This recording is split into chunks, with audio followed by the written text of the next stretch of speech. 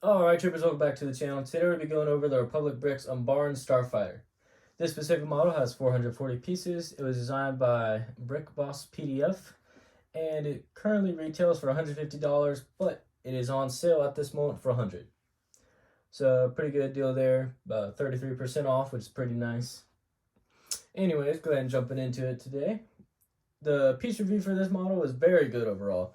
All the pieces, including those blue bubble pieces you see on the front, were in new or near new condition. There was not really any scratches or marks or anything on there that I could find. And there was only one piece that seemed to be swapped out for pricing concerns. That being this piece right up under this cockpit area. It's dark gray, whereas in the instructions it was light gray. And not really too big of a deal, as it's under there. It could be just, referred to as like a shadow piece or something like that. But anyway, that's that. Still worth pointing out, but not really a big deal. The build did include this bar piece right here. It was in the instructions it showed as wrapping around these ball turrets. It was only shown in the instructions once. It was not shown in any of the concept models or any of the models afterwards in the instructions. It just showed in the one spot it appeared in to be wrapping around this bubble turret here, which I just didn't put it on because it didn't really seem like it needed it, and it wasn't really in any of the other concept pictures or anything like that. So I just didn't add it on there. As far as the design of the model goes, it's pretty good overall. I mean, it's not too easy of a design to get right. There's some fragility in the wings. Is just some can fall apart easily if you hit it or bump it too hard. And especially if you try to move it around, that'll also kind of mess it up a bit. They had some things on it that were not really sized very right or very good. That is, it was these bottom wings should have been a lot further down, as well as this entire top should have been a little differently tapered down and stuff. But that's just comparing it to what it looks like in universe, and obviously it's not going to be perfect as it was really. So I mean, it is also something is also in the back. There's some of the detailing. It had a little angled piece come down over here that wasn't really able to be done too well. I mean, I assume it worked on whatever computer model they were using, and sometimes I've noticed when I've been messing around with those that the computer model doesn't always take into account all the little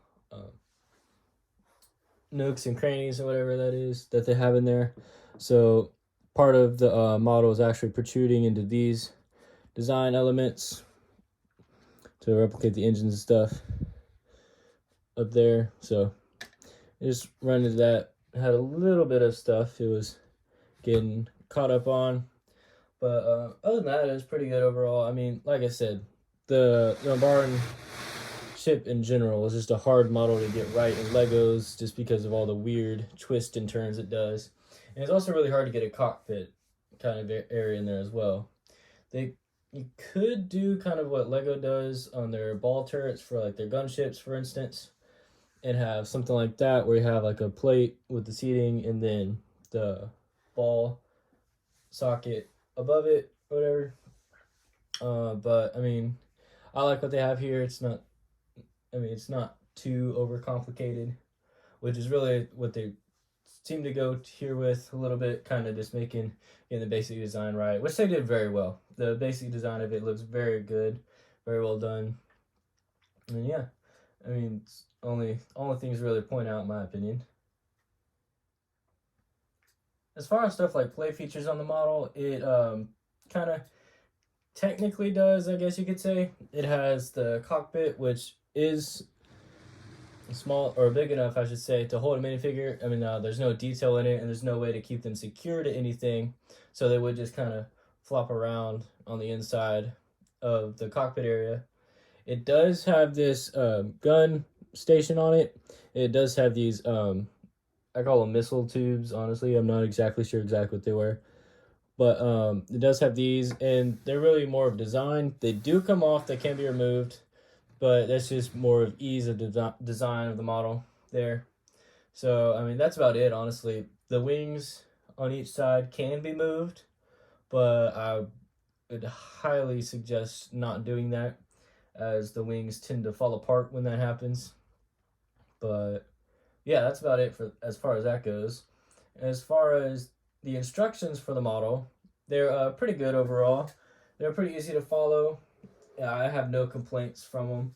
I mean, everything, as far as I could tell and as far as I can remember, were near perfect, as has been the case a lot more recently with a lot of different sets across all designers and stuff, which is honestly pretty good for Public Bricks as far as it goes for him.